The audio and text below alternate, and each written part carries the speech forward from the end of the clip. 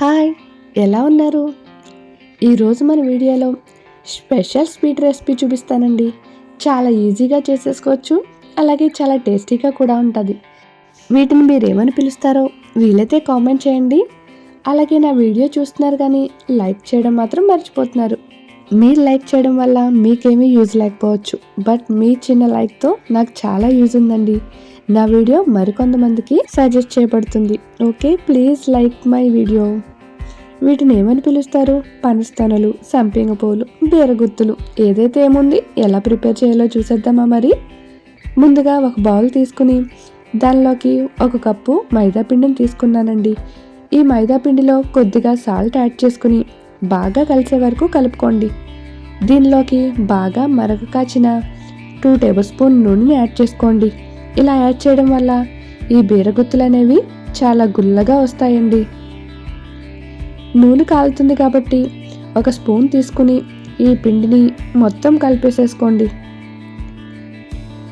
కాసేపు అలా కలుపుకున్న తర్వాత చల్లారుతుంది కాబట్టి ఇప్పుడు చేతితో ఉండలు లేకుండా ఈ పిండి మొత్తాన్ని ఇలా కలిపేసుకోవాలండి.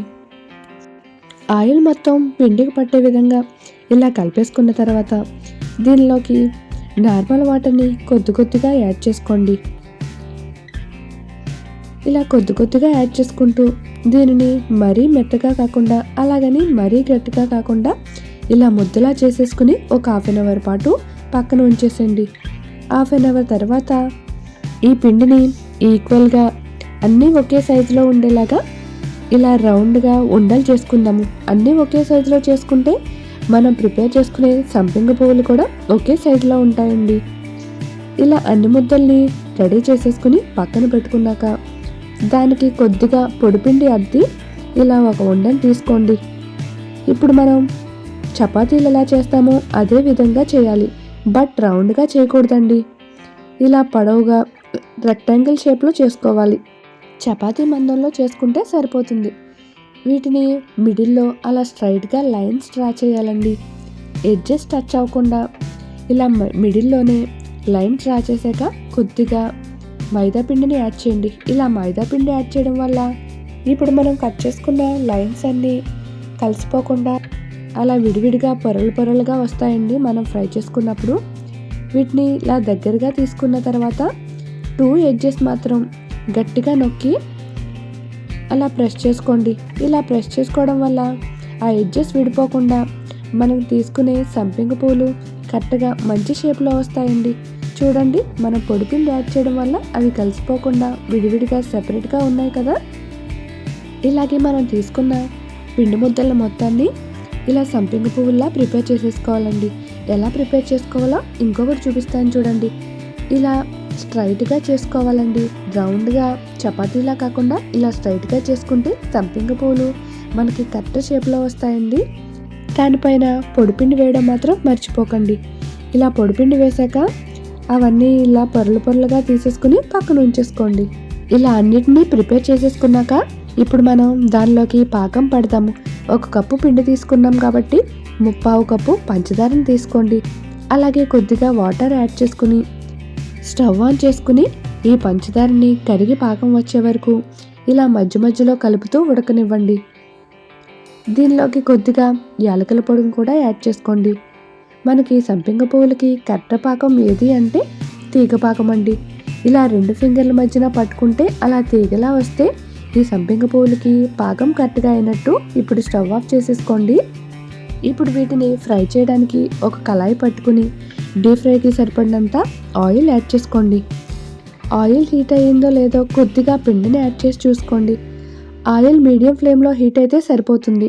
ఇప్పుడు మనం ఈ సంపెంగ పువ్వుల్ని యాడ్ చేసేసుకుని మంటను మాత్రం మీడియం ఫ్లేమ్లోనే ఉంచుకోవాలండి. హై ఫ్లేమ్లో పెట్టేసుకుంటే పైన మాడిపోతాయి, లోపల పిండి ముద్దలా ఉండిపోద్దండి. మంటని మీడియం ఫ్లేమ్లో పెట్టుకుని అటు ఇటు ఇలా టర్న్ చేసుకుంటూ మీడియం ఫ్లేమ్లోనే వేగనివ్వాలండి. మరీ కలర్ ఎక్కువ అవసరం లేదు. ఇలా గోల్డ్ కలర్ వచ్చేసరికి ఆయిల్ నుంచి సెపరేట్ చేసేసుకుని ఇప్పుడు మనం ముందుగా పంచదార పాకాన్ని పెట్టుకున్నాం కదా, అది చల్లారిపోతే కాస్త వేడి చేయండి. వేడిగా ఉన్నప్పుడే ఈ సంపెంగ పువ్వుల్ని ఈ పాకంలో యాడ్ చేసుకుని జస్ట్ 2-3 మినిట్స్ అటు ఇటు అలా టర్న్ చేసుకోండి. పంచదార పాకం వేడిగా ఉండాలి. అలాగే మనం తీసుకున్న సంపిగ పూలు కూడా వేడిగా ఉంటే 2 నిమిషాలు ఈ పాకంలో అటు ఇటు తిప్పేసుకుంటే పంచదార పాకం బాగా పడుతుందండి. కాస్త మీకు పట్టలేదు అనుకుంటే ఎడ్జెస్లోకి వెళ్ళే వరకు అలా పైన పాకాన్ని యాడ్ చేసుకుని దాని నుంచి సెపరేట్ చేసేసుకోండి. ఎక్కువ టైం పాకంలో ఉన్న ఇవి విడిపోతాయండి. ఇలా పాకం నుంచి సెపరేట్ చేసేసుకుని ఒక ప్లేట్లోకి పెట్టేసుకోండి. రిమైనింగ్ సంపింగ పూలన్నీ మళ్ళీ అలా ఆయిల్లో యాడ్ చేసేసుకుని ఫ్రై చేసుకుని పాకం పట్టేసుకోవాలండి. అంతేనండి, ఎంతో టేస్టీ అయిన సంపింగ పూలు రెడీ అయిపోయినాయి. చూడండి, వీటిని ఇలా ప్రెస్ చేసుకుంటే పిల్లలైతే చాలా ఇష్టంగా తింటారండి. ఇలా ఒక్కొక్క లేయర్ తింటూ ఉంటే అప్పుడే అయిపోయిందా అనిపిస్తుంది. చూడండి, లోపల క్రిస్పీగా చాలా గుల్లగా వచ్చినాయి కదా. నా వీడియో మీకు నచ్చినట్టయితే చిన్న లైక్ చేసి నా ఛానల్ని సబ్స్క్రైబ్ చేసుకోండి.